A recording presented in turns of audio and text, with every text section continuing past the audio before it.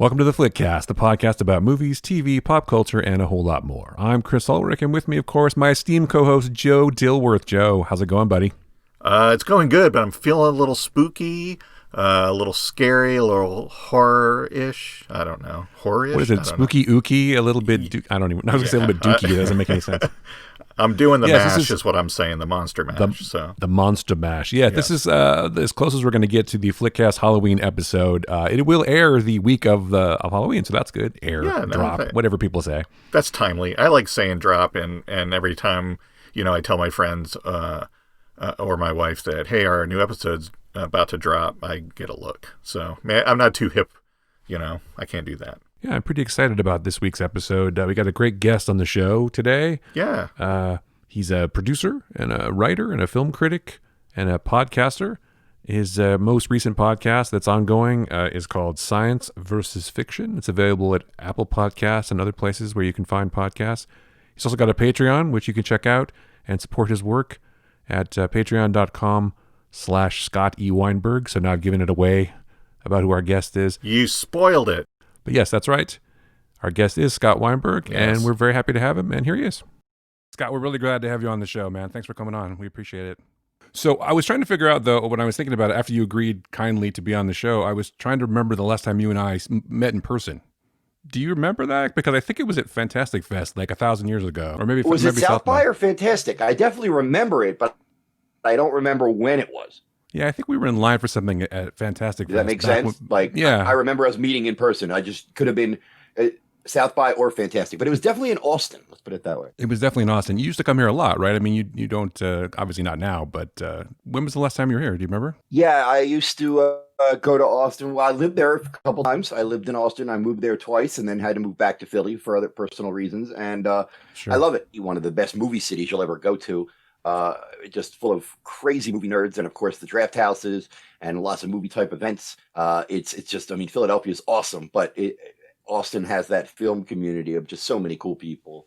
I miss it. I haven't been to Austin all year. This is my first year in over 10 years. I haven't been to Austin at least once, and it makes me sad. I had some great friends there too. Well, I'm sure you'll come back again. I mean, this whole thing's going to be over eventually, right? We'll be able to travel and go about our lives, hopefully, sooner rather than later. But yeah, I think that was it. I think it was Fantastic Fest. And I mean, I've lived here 6 years, I guess, now. So did you grow up in Philly too, or Scott? Yep. Born and raised in Philadelphia. I moved to Austin a couple of times for different reasons and then had to come back for family stuff. But yep, born and raised Philly boy. So what was your, because you write about movies, you love movies, obviously. What was your sort of, I don't want to say come to Jesus moment, but the moment you realized movies were the thing that you wanted to do? I'm always curious about people who are so obviously love movies so much. What was the thing for you that set it off for you? Do you remember? I remember very clearly my father one day brought home a large box, and my sister and my mom and I gathered in the basement, and I was so elated because I was 100% sure that it was an Atari 2600. That he bought, and it was not. That would come a few months later, but I was devastated when my father opened the box and it was just a Betamax player. And the idea that you could record television shows was slightly interesting to me, and the idea that you could go to a video store and rent movies sounded slightly interesting, but I really wanted to play video games. That Betamax, which my father later returned a few weeks later for a VHS, that changed my life. I was disappointed, but within a week, I just realized that, movies are much more interesting than video games. I mean, I still, to this day, I'm a video game nut. I love them, but it doesn't compare. Do you remember your first theatrical experience? Oh, gosh. Star Wars in 77 was a very early memory of mine, only because my sister insists, and I agree, that I would not sit still and was very fussy. But then once it was over, all I did was crow about how awesome the movie was. And she would be sitting there looking like Lucy from the Charlie Brown cartoon, being like, you didn't even watch it. So that was one. I want to say late 77. Yeah. I also very vividly have images of going to see an animated film about Raggedy Ann and Andy. and it's it's relatively obscure now. It's called A Musical Adventure, and it has some beautiful but also bizarre animation in it. And if you were to watch it with adult eyes, Raggedy Ann and Andy, A Musical Adventure, some of it would seem horrific. It's fascinating. But those are probably my two earliest. Oh, and Orca. Oh wow, Orca, yeah, sure. Orca, yes. I remember that. Yeah, Star Wars for me being too. like 8 or 9 and going to see Orca. Good Lord. What about your first horror film experience? I know you in particular make a list every year, right? I know at Thrill List you have your best of 2020. We're going to get to that in a minute, but you make a list of horror films, so that's kind of the area that you've sort of more settled on now. So do you remember your first horror film? Yeah, horror's always been my first love as far as reading fiction or watching movies. I'm very sensitive to human suffering, and watching like the national news will almost always make me depressed. I am like most people, I think, very sensitive to actual suffering, but when it comes to completely fictional suffering, I'm down. I think there is something darkly cathartic and not even and freeing about watching things that scare you in a safe way. Sure. And I think that roller coasters do it, and I think horror movies do it really well. Really good horror movies do, where you can kind of get a taste of some of life's darkness, but you're still getting it in a very safe, even if it's an extreme or brutal or nasty horror movie, it's still, within the safety of being told a story. And then when it's over, you hit stop and you open up the windows or you walk outside and, you get a breath of fresh air and you feel a little bit better, like, because you're not in that horror movie. It's a very maybe cathartic experience for a lot of people. Yeah, definitely. What was do you remember the movie in particular, or was there one in particular that sort of you said, oh, this is the thing I'm going to sort of glom onto, and this is my thing now, or this is my jam, as people say? This was there was a handful of them, but I want to say the really formative ones were, of course, Alien, which is my very favorite movie, the original '79 Alien by Ridley Scott, which I just absolutely adore. I don't think there is such a thing as perfect in art, nor should you try to achieve perfection. It's not that kind of game. So I don't know if there is such a thing as perfect art, but if there is, I think Alien is just about perfect as far as suspense and sci-fi horror set in a futuristic but realistic world. It deals with psychosexual themes. It deals with gender roles. It deals with it has action. It has suspense. It's sad. The characters are really cool. It looks amazing. I just love Alien. It taps into everything I like about genre, sci-fi and horror. The Thing, 82. Any horror film from 1980. Good Lord. 1980 was for some reason a huge year for me. But like The Fog and Humanoids from the Deep, those two were huge for me. Humanoids from the Deep, yeah. I remember that one. Yeah, I mean, just anything Alligator, the Louis Teague 80 from 1980. The Alligator was just tapped into my my imagination in a really primal way. Just like, like the juxtaposition of, if I heard a news story about a little boy who was pushed into a family pool and oops, there was an alligator in the pool and it killed the kid. God forbid I read that story in the newspaper, it would haunt me for a year. All I would think about is that poor kid and his parents, and good Lord, how horrific. And it would haunt me. But put it in a movie, then I'm happy. Yeah, definitely. It's definitely good escapist stuff. Yeah, think about this. Everybody likes a Friday the 13th movie, but imagine if you read that news story in the paper tomorrow. God forbid. The whole idea that 14 people were killed, mostly young people were killed at a summer camp. Nobody would ever, you know what I mean? Yeah.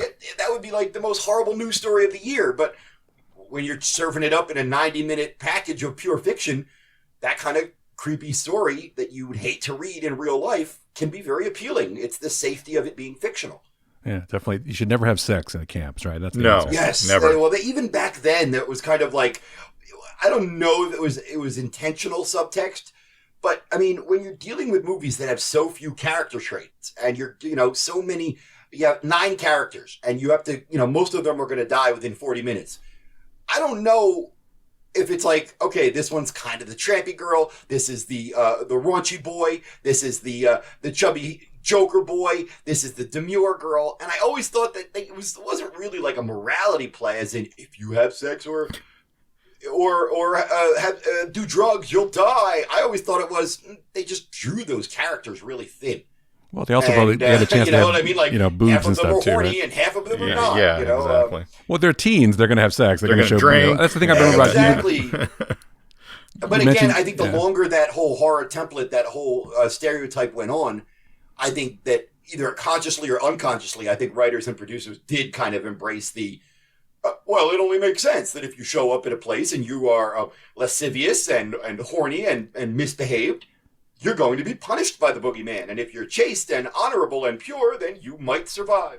So, I mean, it kind of like the whole, like Friday the 13th and Halloween and Elm Street, they all kind of fell into like this nursery rhyme morality of, you might survive if you're a decent person, but probably not. If you're a bad person, you're going to die. So you brought up Humanoids from the Deep. I remember watching that, and I was like, oh, boobs. I was one of the first times I remember the humanoid just grabs the girl's bathing suit and pulls it off for no good reason, but it worked. And Humanoids from the Deep is one of those movies that you watch now and you feel, I mean, it was always been kind of a creeper movie. Yeah. But you watch it now in hindsight, in 2020, and, it's like, it's very rapey. It is, and if you were to just say, I don't want to watch that movie because it's rapey, that's it. That's a fair, there's no argument. That's the end of the discussion. Yeah. But it was also written and directed by women. So, it also has that kind of, that odd sensibility of, hey, being exploitative and sleazy for a movie is not the exclusive domain of men. Women can do it too. Slumber Party Massacre, was directed by women. Yeah. But it's still regardless of who directed the film, there are moments where, like, you see what looks like Creature from the Black Lagoon literally raping a woman, and you're like, yeah, this was fun until this moment. Now it's not so much fun. Yeah, I didn't notice that when I was a kid, but. Yep. Well, so that kind of what you were saying earlier about being, okay with seeing, human suffering in a fictional form, which is probably why we all like horror movies. Is there the question occurs to me, is there any movie that has gone too far, or any point in a movie where you think, yeah, this is getting too far, this is too realistic, or it's just not enjoyable? Well, as far as like, did anybody ever go too far and therefore I think they should be, shut down? Well, no. But has there ever been a film that, like, maybe I thought yeah, would, like, linger too much on something ugly? And to me, it's not even a morality question. It's a bad filmmaking question, because it's like, you can deal with the worst, basest, ugliest parts of humanity, but if you just linger on it, you're generally just, that's because you're not telling an interesting story and you don't have interesting characters. What you have is, we'll make these people suffer, and you'll watch it. And I know that he has many fans, but that's kind of how I feel about a lot of Rob Zombie's films, which is, they're not so much scary as they are kind of sleazy and sweaty, and they're about suffering. They're like, let's watch this person bleed out, and that's disturbing. And it is, but it's not really the kind of horror that I like, personally. Okay. Yeah, no, I agree with you. I also there. have a big, I've seen too many. I also have seen way too many of them, but since I'm a little off the whole rape revenge cycle, like, spits on your graves and stuff like that, unless it's something made by somebody who clearly has a new point or perspective, like Corley's Revenge. Like, there's a revenge movie that actually has something to say. But if it's just going to be yet another cycle of, here's a pretty girl by herself, 8 sleazebags rape her, and then she kills them for the next 90 minutes, I don't know, that kind of stuff. Unless you have a point you're making, I don't need to see that anymore. I'm a little sick of that. Well, yeah, that's kind of how I feel about Hostel and things like that. That kind of thing never appealed to me. People just trapped and tortured. Yeah, It didn't seem to have much of a point. I mean, you're probably maybe you like those kind of films. I don't know. I don't really. So I do like the Hostel films, but I also 100% get why even a horror fan would be like, yeah, that particular thread of horror films is not my cup of tea. It's certainly, the Hostel movies are not the kind of films that I would like pop on for fun, like I would like American Werewolf in London or Alien. They're rough. Yeah. But I do think that there's a little more intelligence behind those movies than a lot of people give them credit for. Not necessarily you guys, but I'm saying that, like, the whole idea of American entitlement, The you could take the characters in the first two or even all three Hostel films as just very simple and archetypes of ugly Americanism, of how we show up everywhere and try to dominate everything. And it's like there's that moment in every one of these movies where they're like, I'm an American, you can't do this. And it's like, I do think that there is kind of a social commentary going on in those movies about, unfounded or misplaced American entitlement, misplaced American exceptionalism. And I do think that that's an interesting thread in those movies. But even if you agree, fine, those could have it. Those are interesting subtextual threads. And then you still say, well, they're just too ugly. I still don't want to watch them, even if they are a little bit more cerebral than I thought. I just don't want to see lingering sequences of someone screaming and crying and bleeding. And, no argument there. If you don't like it, you don't like it. Right. Yeah, it gets to be too much for me. I don't know why. I like lots of other films that you've mentioned, and that just particular genre, like the torture porn, whatever you want to call it, doesn't do it for me. I'd rather watch Alien. I'd rather pop that in again too. How many times do you think you've seen Alien? Any idea? Probably at least 20, at least 25. Around that. I don't think I've ever seen anything except maybe found footage 3D, which I produced. I don't think I've seen anything ever more than 50 times. I mean, I think about 50 times. Yeah, that's a lot. That's a lot. 50 times? Yeah, I think the only movie I've seen at least that many times is probably the original Star Wars, which people call I'm certainly not shaming anyone if they have seen a movie 50 or 100 times, but that's a lot. It's not like a 3-minute song where you could listen to it over and over and never get tired of it. To me, I don't know. It just, for me personally, if somebody were to say, watch Alien every night for a week, that would almost seem like a punishment, as if I was trying to peel the paint off it. And I don't want to peel the paint off it. I want to savor it when I do watch it. But yeah, I put it in every so often, or if it's just on or something, or if I'm flipping through my, I have to watch it. That's yeah, absolutely. Selection of movies. I'm like, I'm going to watch Alien again, because Joe and I just did a sort of a more deep dive into Ridley Scott films. So I watched Alien again, and I watched Blade Runner and a bunch of other stuff. But I never get tired of Alien. I always see something. Maybe not new, but I always have like a new appreciation. I'm like, oh, but this is such a good film. And I agree with you, though. I don't know that there's anything that's perfect from an art standpoint, but it's damn close. It's almost perfect. And it's such a good mixture of suspense and horror and haunted house and sci-fi. And I love the way he makes the world. He does great at world building. And it's such a great ride. And I just can't, I don't get tired of it. It's like, I don't know why. It's just something I can put on pretty much any time. I don't know why. Absolutely. But, it is a fascinating movie in a lot of ways. Yeah, it also is, gruesome and scary, but it's a fascinating look at the future in that, just the setting alone is fascinating. We're far enough in the future that we can have ore freighters that are this size, and we're this far in the future that it's kind of, we're all laissez-faire about it. It's all kind of, meh. Like, it's not a big deal. Yeah, because the Nostromo is transport ore through space. It's and we bring it home. old, right? It's broken down. It's not brand new, so it's been truckers. It's truckers with a cat. Yeah, exactly. Yeah, it's such a good film. And it's that idea, because it wasn't really prevalent in 1979. We were just dealing with, at that point, Star Wars was what the sci-fi the world was looking at, and it was this super shiny, scrubbed up space fantasy. And then Alien comes along and it's like, this is what like a long haul trucker might look like in 400 years. It's fascinating in a speculative way, but it's also kind of mundane in an everyday blasé kind of way. And that's, that juxtaposition is really cool. Well, I think that's what made it more scary for me, is that these are just ordinary, regular folks, basically just doing their jobs, and all of a sudden they come upon this thing that's like, extraordinary, and it basically wipes them out for the most part. So I just remember being fascinated by the fact that I realized the woman was going to survive. It taps into lots of different things, like the fear of the unknown, fear of infection, fear of. It's a movie about male rape. Come on. Yeah. It's more about like the fear of our own biological fragility.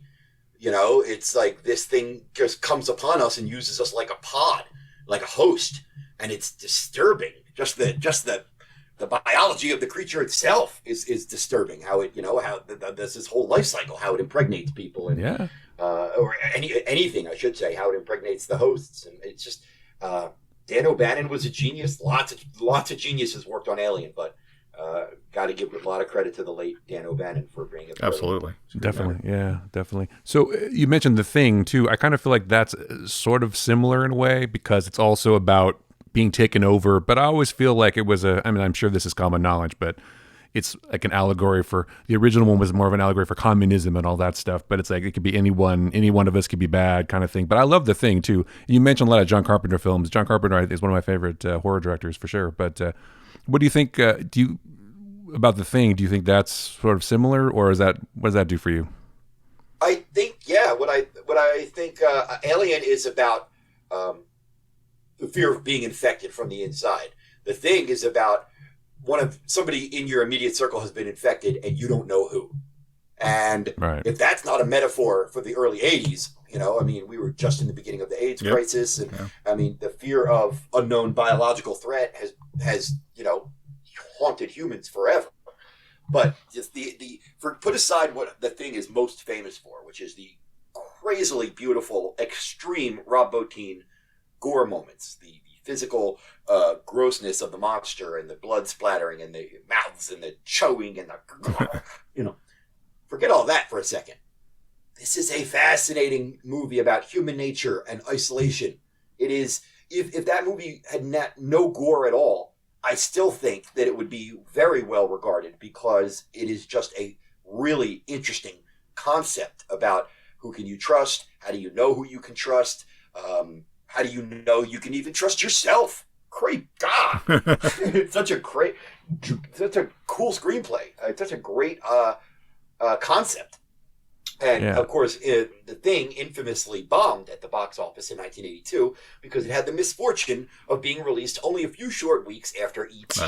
And just like in 1977, people were more into the polished space fantasy of Star Wars. In 1982, people were just now embracing the whole idea of, hey, maybe aliens aren't going to come and eat us. Maybe aliens might be this cute little bug-eyed thing who likes candy. Maybe there's some optimism in sci-fi.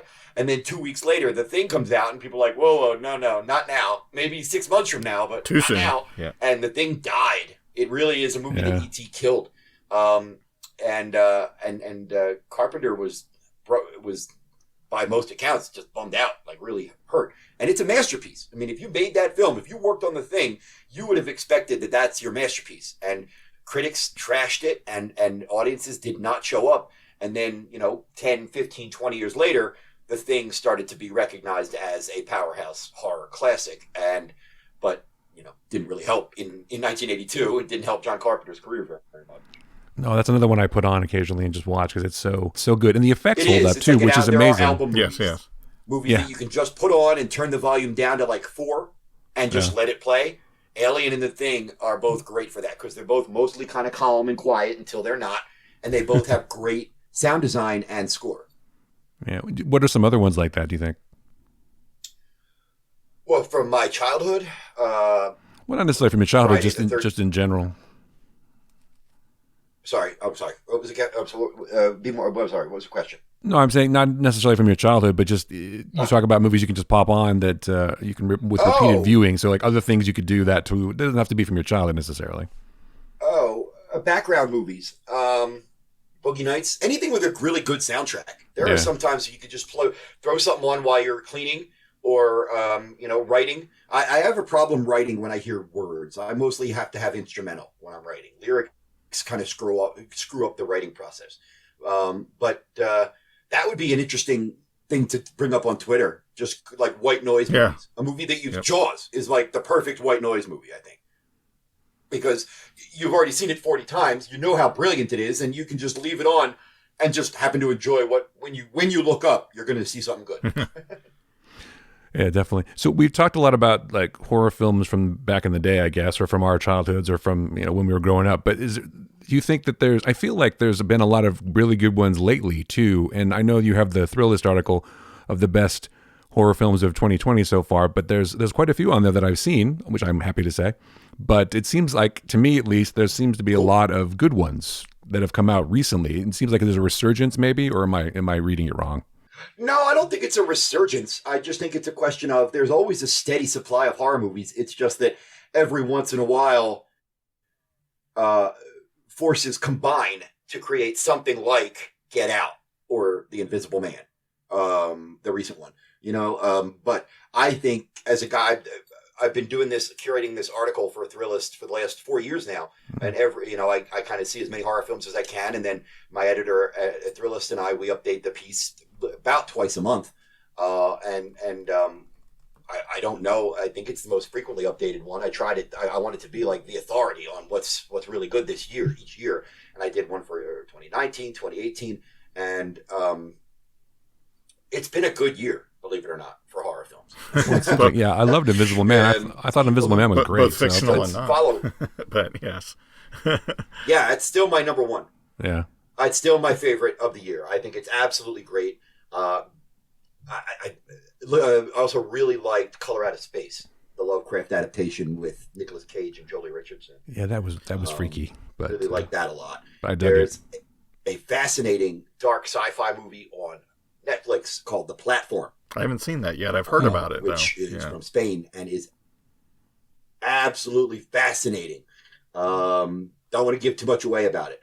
Shudder, AMC's horror channel, has been kicking butt this year. There are times where I'm working on this article and I'll do like an update of 5 or 10 movies, and I'm like, oh my God, 4 of these are on Shudder. I don't want this. I don't work for them. I don't want to make it sound like I'm promoting Shudder, but then it's like, hey, they're kicking ass this year. They're really getting a lot of good stuff. They have a new a film from Guatemala called La Llorona, which is a fascinating, top tier, dark ghost story about political exploitation and abuse. It's one of the most political horror films I've seen in years. It's freaking fantastic. What have you guys seen this year, horror wise, that you liked? Color Out of Space. That was really good. I have not watched Invisible Man. I guess maybe those were last year. Time is out of my head at this moment because I still feel like we're like 3 or 4 months into 2020 and we're at the end of October, right? Yep. So it's almost over. Yeah. So I honestly haven't watched a whole lot of movies in general this year. You want to see something good? Go on. I think it's on Hulu at the moment, or maybe Netflix. I don't know who has it. Maybe rent it. Kristen Stewart in Underwater. I've heard of that. Yeah, I was going to ask you about that. You rated that pretty high. It's your number 8. That's a fun one. Yep. I'm a big fan of monster stuff. Yeah. I liked it too. I was wondering. To me, if I have a choice between a monster horror or 8 people sitting around a table horror, I will always go for the monster. I want to see things in movies that I can't and will never see in real life, and that includes giant underwater monsters. And it's easy to be like, like this new micro budget horror film on Shudder called Host, which is basically the first Zoom horror film, and it's brief. It's not even an hour long, I think, and it's freaking great. If anybody has not seen Host yet, I mean, even just join Shudder just for the trial period and check out Host to show how creative you can be during a pandemic with some talented people. Host is really good. That's funny. I was going to ask you because I don't have Shudder, but I've heard from people that I should be getting it. So in your opinion, I should be having Shudder. I should have it all the time and just watch these things. I shouldn't wait. I think so. I mean, I know I am friendly with some of the people who work there because I've known them for years. But I have no affiliation with Shudder other than the fact that they did distribute my first movie, Found Footage 3D. But other than that, I will find there are several movies on Shudder I don't like, and I will gladly talk about them.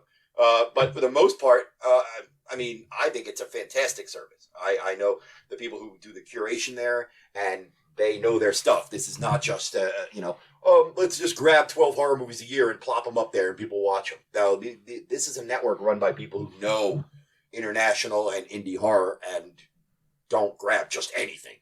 Not saying you'll like everything they acquire, but you'll find very little just out and out, what is this? I find it interesting all the movies you talked about, from your childhood, but even the current ones have all been the ones you've really pointed out have all been kind of standalone movies. What what do you think of and what do you feel about the franchises, especially stuff that specifically start as a franchise like Saw and stuff like that? Is that ever diminishing returns or more of the great stuff? Yeah, I mean, I love sequels, like most horror fans. You know, we love that idea of if an idea worked and you can bring a little bit of a new component to it and then come back next year for a part 2, part 3, part 4. That can be a whole lot of fun as a communal thing, as a fan thing, as just a cinephile, kind of like, oh, now I have a whole franchise to dig into. Yeah. But what often happens is just as simple as if I told a great joke, and then you ask me to retell that joke 8 times in over 8 nights, by the 8th night, it's not going to be that funny anymore. It's just not, because the spontaneity and the urge and the drive is different now. You know, you've already done it 7 times, and there are ways to keep finding fresh ways to do things, but when you're stuck, I mean, it's a good problem to have, obviously. I'd love to write something that spawns 8 sequels, but you're kind of trapped in that cycle of to do part 3, part 4, part 5, we have to stay within these lines. Right. And very rarely will a sequel go out of those safety lines. And I don't like that. I don't like those unwritten rules or those invisible lines where it's like, well, we can't upset the formula too much. We can't do anything that'll maybe jeopardize the next sequel. And then that starts to feel kind of mercenary after a while. It's like, you know, then it just feels like you're just being shoveled product. And that's often why I like a lot of franchises until the final episodes. I like the Resident Evil franchise, and I think the last couple kind of get redundant. I like the Saw franchise. I think the final 2 or 3 are just kind of spinning their wheels. And even when they weren't, there were some that were just, you know. But, you know, I don't look at it as in like, oh, sequels are lesser product. I think, you know, if you really have the drive to, like, you got to stay within the template, but introduce new ideas. That's the perfect way to keep a franchise going. But then, of course, you risk, you know, alienating your fan base if you do try to paint outside the lines and they don't like it. Then you get something like Halloween 3, Season of the Witch, and then people for years go, wait, is that really a Halloween movie or is it not? Because you painted outside the franchise lines and now I don't know what to do. Well, so at what point, if you... Could you imagine if Saw 6 had been like Halloween 3 and they're like, well, we're just going to do a Saw movie without Jigsaw, but it takes place in the Saw universe and it's going to be about haunted Halloween masks. And it's like, no, nobody would ever have the balls to do that now. They just wouldn't do it. Like Cloverfield. we're going to do stuff that's unconnected and decide later that it's connected. So at what point do you... Or you know what else is another one? The Open Water sequels. Open Water 2 and Open Water 3 were not even produced as open water sequels. They were just aquatic-based thrillers that Lionsgate bought and put the open water title in front of. No kidding. Do you remember at what point you went from watching movies and enjoying movies to flipping over to, I want to make those? Well, there was a big period in between where all I wanted to do was write about movies. I wasn't really my goal to be a filmmaker, and I'm not even really sure I am yet a filmmaker. I like talking about films. I like discussing things that I see in movies and that that other people see, and learning from that, and then expanding my own interpretation and to conclude what I've learned from other people. And it's just, I think when I was like 17 or 18, when I started to break down for my friends who weren't really interested, like the subtext of Clockwork Orange and like what it quote unquote meant. And that's when I started to realize, oh, not only are movies fun, but they also work on a variety of levels that not everybody gets. Like, there are people who don't get what Clockwork Orange is about. There are. And it doesn't mean I'm smarter than them. It just means that this is what interests me. And, I just found that I enjoyed the dissection, discussion, and analysis of movies. And so I did a whole bunch of different jobs after college. And then I found a website online that would publish my writing. And I wrote online for dozens of different sites. I couldn't even name them all. Over 18 or 20 years, I covered multiple festivals, Toronto, Sundance, several times, South by. So I did that for about 20 years before I kind of fell into producing some indie films. And I'm trying. My ultimate goal, my ultimate dream would be to be a guy who writes scary stories for movies or TV. I don't really think I'd be a great director because I'm neurotic and not very confident. And a lot of times directors need to be confident. Or at least pretend to be, right? I am a pretty good writer, and I take directions well, as in, this scene's not working. We need it to be a little bit scarier or a little bit funnier. Can you do that? Yeah, no problem. That I'm good at. But like, as far as corralling the entire crew and making sure that everybody, no, that's, I've worked on a lot of different sets, and director's job is hard. Yeah. It is, yeah. You got to keep everybody in line. The writer's job is hard too. But by the time you get to the set, hopefully most of your work is done. Yeah, exactly. Right. Was there any like resistance to you making that transition at all, or do you find it pretty easy to get people to take you seriously as a screenwriter, or was it like, oh, that's the guy who writes about movies, but what could you possibly bring to the table as a screenwriter? That's an interesting question. It's hard to say.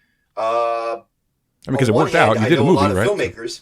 Yeah. Well, but given the people that I'm friendly with, you'd be like, well, gee, how come he hasn't already had like 5 different screenplays produced? I mean, like, James Wan is an old friend of mine. Scott Derrickson is a friend of mine. How come, you would think somebody who knows people, but it doesn't matter. It's still, you have to get a screenplay like through the system.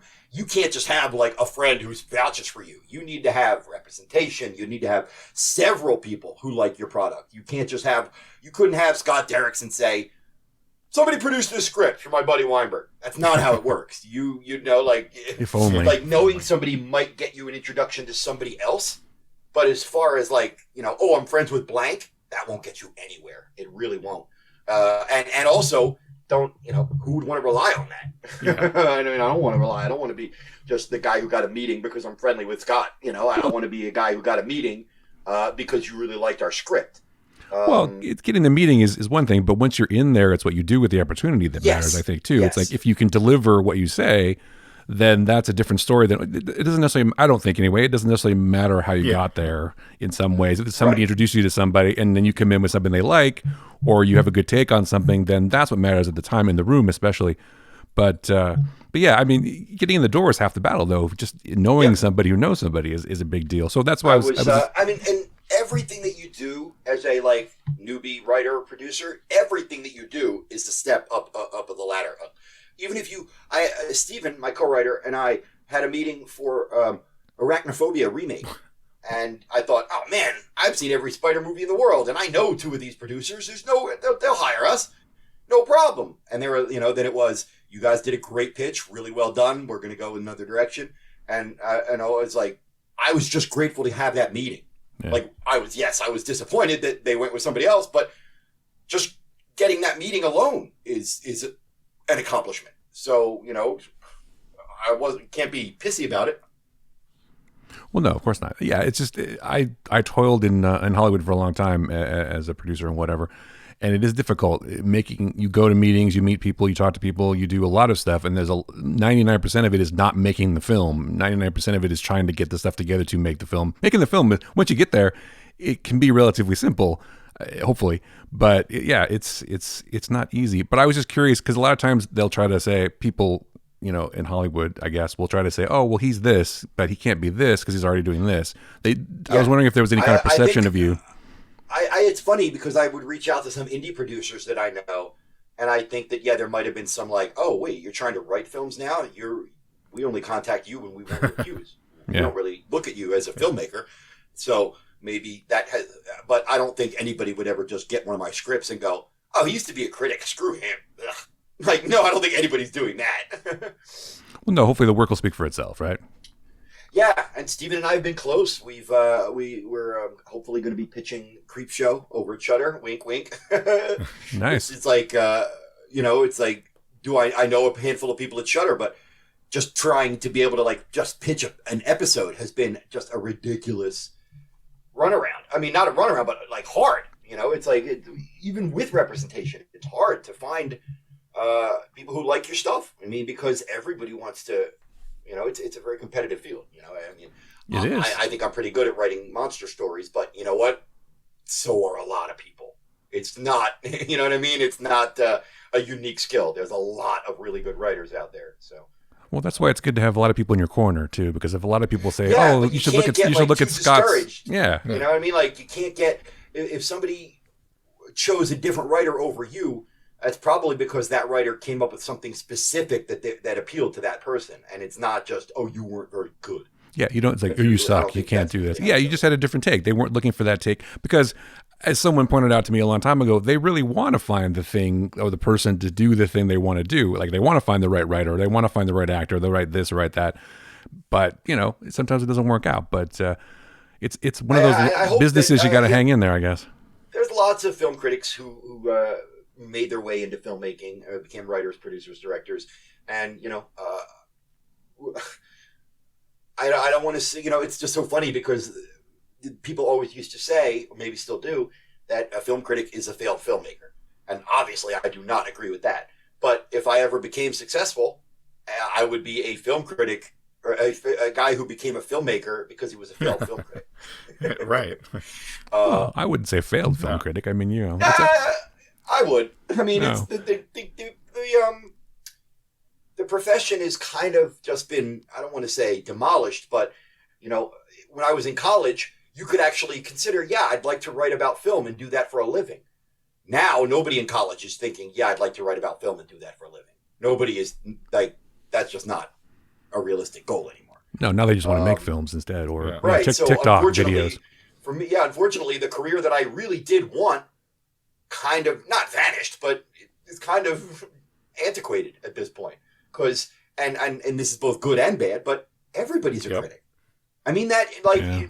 as a compliment to everybody, but also as a kind of a cynical, yeah, you don't need me to write about movies because everybody's a critic.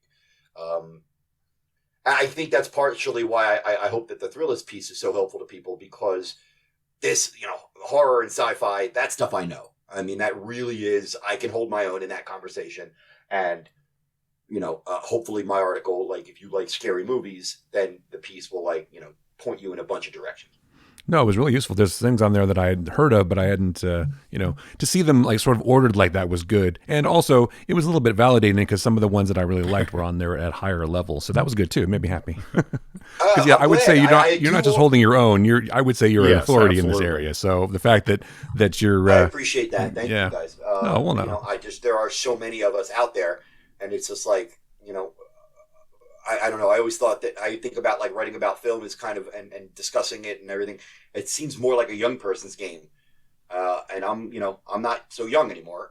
But experience also helps. I mean, just recently, I saw a website published a top 50 horror movies to watch for Halloween, and one of them was Jeepers Creepers, and I'm like, what? What are you guys doing? Like any horror expert, any person who loves horror films knows. Those movies were directed by a child molester, and you don't promote those, you know. And so I got a little pissy about that because that is the kind of thing where it's like a veteran, somebody who really knows horror, would know better than to do that. yeah, but did it you get seems like into the a online- sorry, go writing ahead. online is who can do it the cheapest, and I guess the cheapest is somebody younger and less experienced than me. The 19-year-old intern can Yeah. do that, right? I'm trying not to be petty. I'm trying to be just fairly critical without being petty. No, you're being honest. Yeah. I think that that's true, and I think that I have noticed, and I do follow you on Twitter, for example. I have noticed that, and I don't know if this is a newer thing for you, but it seems like you said, more and more people have opinions, and everyone's got one. It seems to me, maybe in the last few years, the last 4 years, perhaps, that opinions have gotten more like adamant. People are like, your answer is absolutely wrong. Yes. And Yeah. you seem to, and I don't know if this is true, but you seem to get into more scraps online than you used to. Maybe I'm perceiving it wrong. Obviously I'm not you, but is that, you find that the case or has it always been this bad? I think that it's human nature where if I watch a horror movie and I go, this was pretty good, I'll get a handful of people who go, oh, cool, thanks for letting me know. I might check it out. Or, oh, I didn't care for it very much, but I'm glad you did. Cool, cool, cool. And that's the end of the whole thread. If I hop on Twitter and go, this is a piece of garbage, then I've started a conversation for 3 hours. And it's just as simple as that. That's how to do it. And that's not the kind of engagement or conversations that I want to have. I think that I'm an animal who is split right down the middle. I'm half a film critic and I'm half a filmmaker. And that is a weird thing to be because they're often at odds with each other. Like I feel that a film critic should be allowed to be as brutally honest as they want. I don't care what you can say, but do not get personal. And when it does get personal, that's when I get pissy. And that's when, like, the filmmaker in me comes out and says, yo, you can trash the movie, but you don't know what happened in the meeting. You don't know who, quote unquote, ruined this movie. You don't know if it was like a flawed script and they rushed it into development because they needed something for December release, or it was a brilliant script and 3 producers got stuck their nose in where it didn't belong just to justify their paychecks, or maybe it was a good movie and then the director got too precious in the editing booth and killed it. There are so many different ways that a movie can go wrong. It's a piece of art made by hundreds of people. Yep. Most art is made by one person or a group, a small group. This is like different divisions and different departments that never even meet sometimes. Definitely. I've often heard criticism that, you should have to be a filmmaker first if you're going to write about film. I don't agree with that, but everybody who writes about film would be a much better writer if they spent a day or two on a set and saw the amount. Now, you could still be as critical as you want, but you would walk away with more insight and that would make you such a better film critic. Since I've been working on films, I've seen films that I hated, but I still would come at them a different way. It's just kind of, knowing how the sausage is made makes you like empathize a little bit with the guys making it and the girls making it. Well, exactly. That's why I always watch all the credits at the end, because I feel it's a sign of respect. But yeah, having been on set so much. As far as fighting online goes, yeah, I assume you don't mean like political stuff. Well, we try to not talk about politics too much. Okay, It's hard to avoid that's it. what most of my arguments on Twitter are about. Because I try very hard not to get into arguments about movies because there's no right answer. If you came along and said the thing is garbage, I'd go, wait, what? But I have no right to say you're wrong. Why? Because that's your opinion. If you saw the movie and you legitimately didn't like it, as shocking as it is to me, that's legit. Right. Period. You're allowed to not like it. End of story. So I don't know. I don't know if Twitter has become more or less toxic in recent years. I try to I fail sometimes, but I really do try to be above that.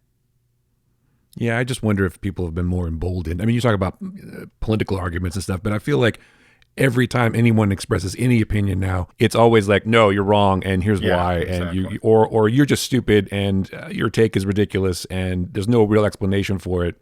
It's just like this whole thing with the Snyder Cut, for example. It's like all these people coming on wanting to see this thing and being sort of assholes about it a little bit, and now we're going to get it, so that's great. But it's like I just don't know if everyone's more emboldened now or if they were always like that. I don't know. I guess I don't spend enough time on Twitter to know for sure, but I just was curious. I know I do think that the internet has in general made fandom, movies, music, games, literature, I think the internet has made fans more openly entitled.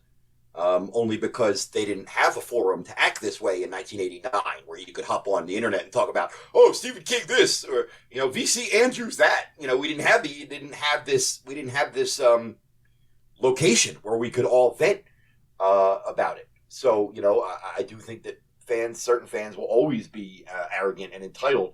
I just think now they have a place to put that entitlement, and that's the internet. Yeah, definitely. Well, no, I don't know. I always just try to be like, if you're politely forceful with your opinion, as in, just watch this on Shudder and it blew my mind. I think this is a fantastic horror film. Holy crap. Did not expect this. Now, who's going to come back at me with, shut up, asshole? Like, I think that's somebody will. there's nothing in there where I said it's the most amazing film ever made and you're going to love it, and anybody who doesn't love it is an idiot. I didn't say any of that. I just said how it affected me. And when I do get like really sardonic or shitty replies, I just literally ignore them. Yeah.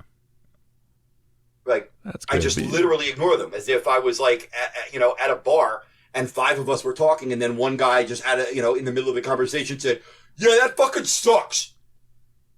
And we're like, all right, well, what okay, we were just dude. discussing now, you also had to interject that it sucks. Okay, I hear Thank you. Thank you for that. Your Like, opinion is whatever, but yeah. Right, like, I'm not saying your opinion is not, but this is the conversation we're having. And I come out and say how much I was pleasantly surprised by this movie, and you immediately respond with, "I thought it was crap." Who cares? I'm the one who made the statement. You know what I mean? Like, I don't care. I don't mean it as in my opinion's better than yours, but what I'm saying is I'm here to talk about my opinion right now. I didn't really ask for you to just jump in and say, "I thought it sucked." Well, yeah, because you're more of a thoughtful, intelligent person. A lot of times I think people just respond emotionally. This has kind of been a recurring theme in a lot of the guests we've had on. They've all sort of faced this same kind of thing online, especially. Yeah. It seems like more lately, but you can just express any opinion, even a generic one like you're saying, and people will just come down on you. Not just you in general, but I mean, just they were having the same. Have you ever experienced any like, I mean, because I'm very fortunate in that I have like, trolls are cowards. Yeah. And so if you have 1,000 viewers, 1,000 followers, and you say, "I'm not a big fan of Alien," that person might go, "You're a fucking moron." But when you have 80,000 followers, they might not do that, because I might flip it around and go, "What the fuck are you doing, dude?" Sorry, bleep that. you can say fuck. I It's okay. swear. But you know what I mean? Like, I'm certainly not saying that my opinion is more valid because I have more followers. That's not true at all. What I'm saying is people are less likely to show their ass if I'm going to flip it around on them and show 80,000 people. Like, not with, like, I'm not a fan of Alien. I think it's kind of dull, and here's why. And I'd either go, "Oh, fair enough." But if you're just being a troll, then yeah, I might flip it around and embarrass you. I might. And deservedly so. I would never try to embarrass somebody who was just sharing an honest opinion. But if you were being a troll, yeah, I might flip it around on you. Well, it depends on how they're being in troll, I guess. And depends on how you feel that day. But people are going to come after you, I think, too, because they're trying to elevate themselves sometimes. I think you get a lot of that maybe because, he's got 80,000 followers.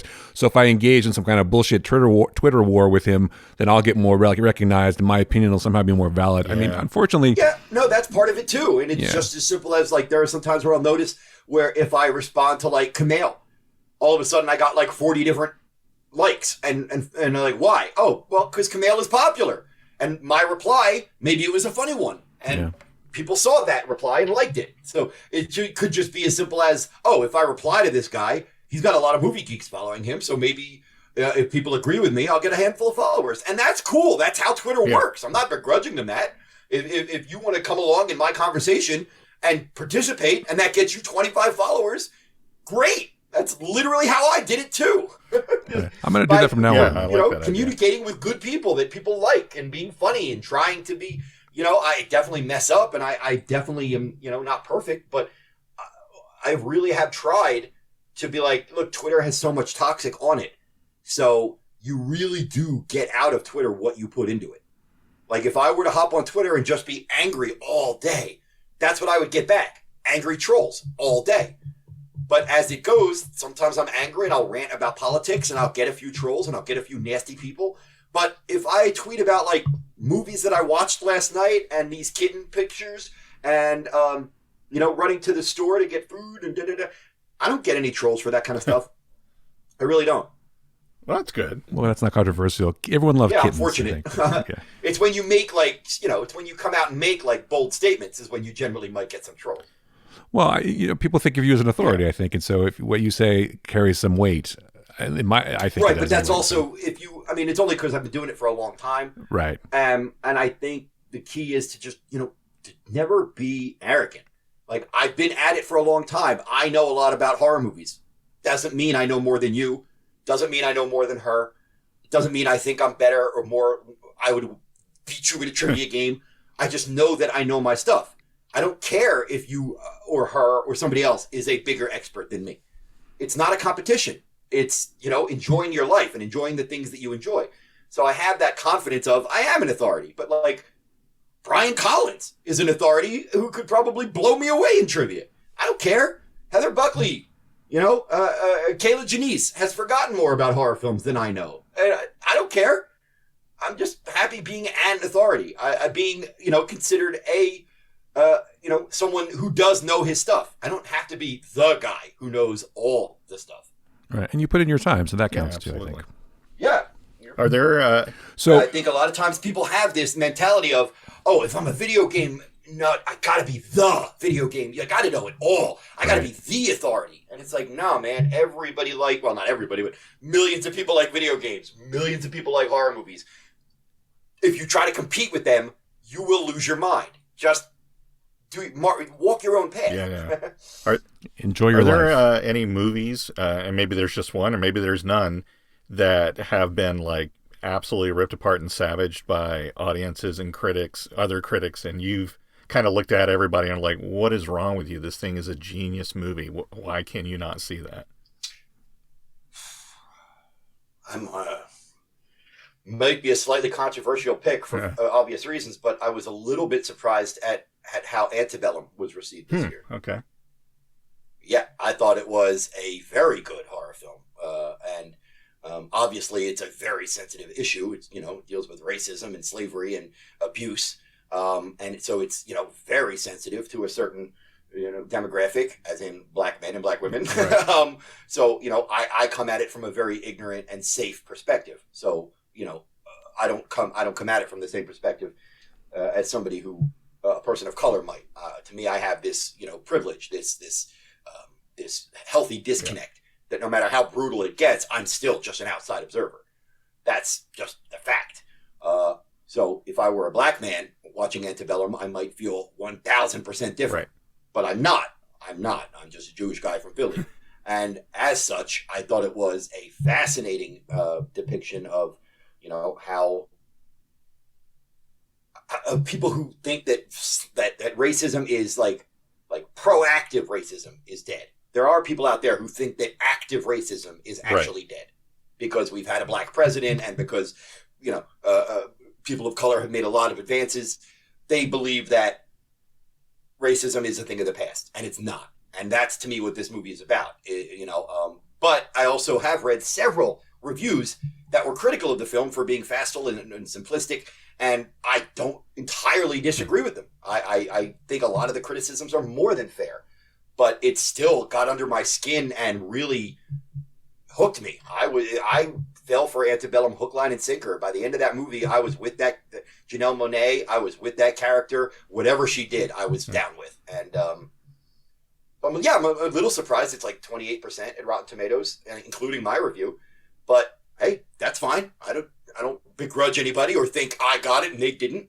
It's like, it's art. It's, if we all went to a museum and looked at a piece of art, 3 of us will go, wow, that's beautiful. 3 of us would go, yeah, it leaves me cold. Nobody's right. Like, that's what art is. Nobody's right. Or nobody's wrong would be a better way. Yes. Everybody's wrong. Wait, no, I enjoyed it. I thought it was. I don't know if enjoyed's the right word. I sometimes throw that word out there for no reason, but I thought it was good. But I like you. I have a different perspective, obviously, than people who made it or people who would be, watching it. And right. to me, and it was very be like if somebody made a horror film that was very Jewish in theme. Right. Obviously, you're allowed to say whatever you want about that film, whether you're Jewish or not. But Jewish people are going to have a tighter perspective on that film than a non-Jewish person would. And Definitely. You got to respect that. You have to.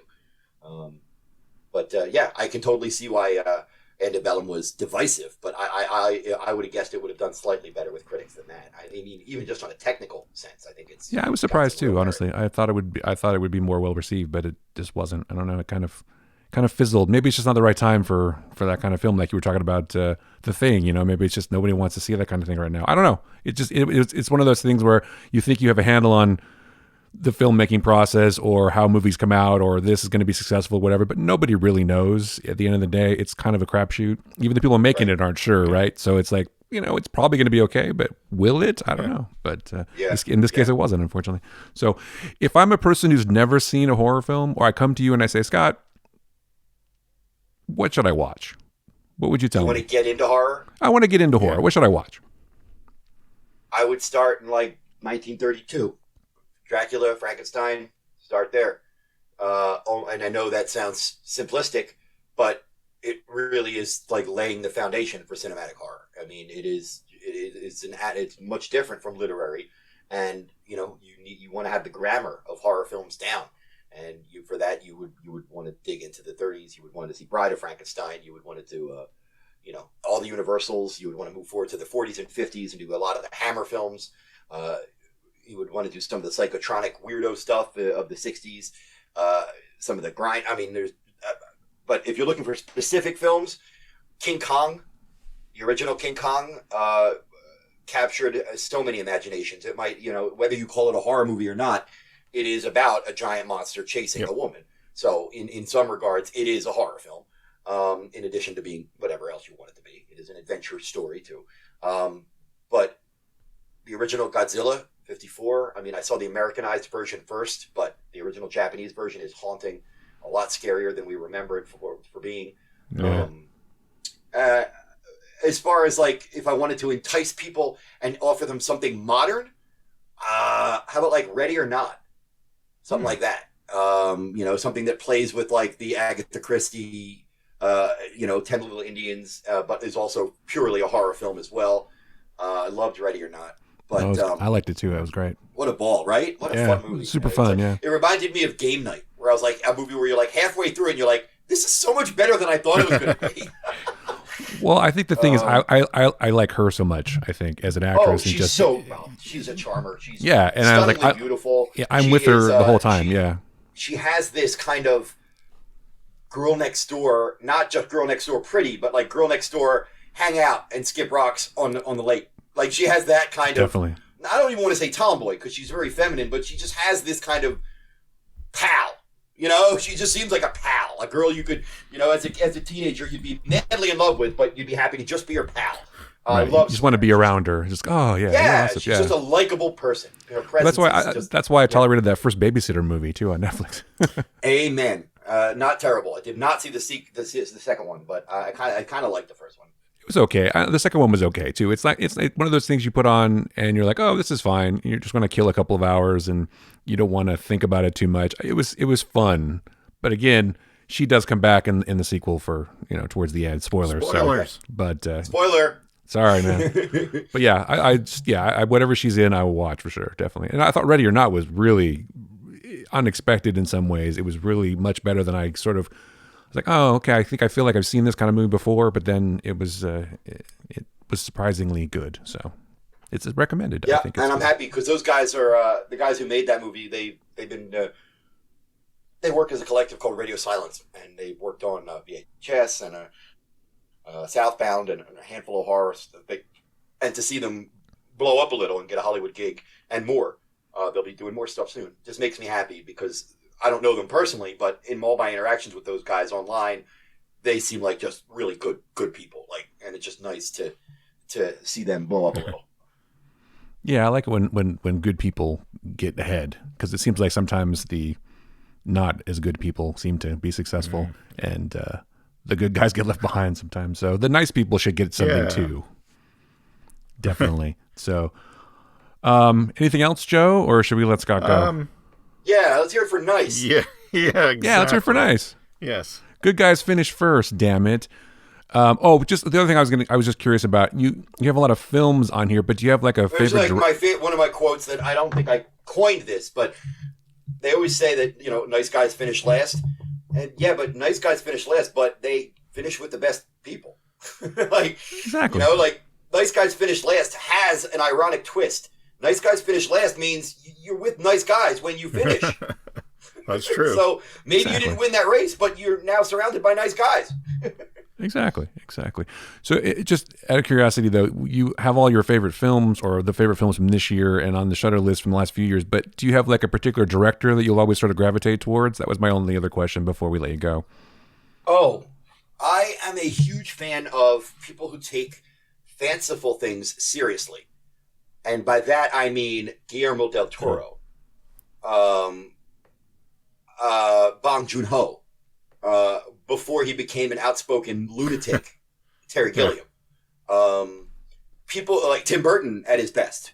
People who like insist on not only making films about the fantastic, but humanizing them in some way. And that's what I love about those filmmakers and others like them. But right now, for the last several years, it's just been hard to find anybody who's doing work better than Del Toro or Bong Joon-ho. They're just, even before Shape of Water and Parasite, I would have said the same thing.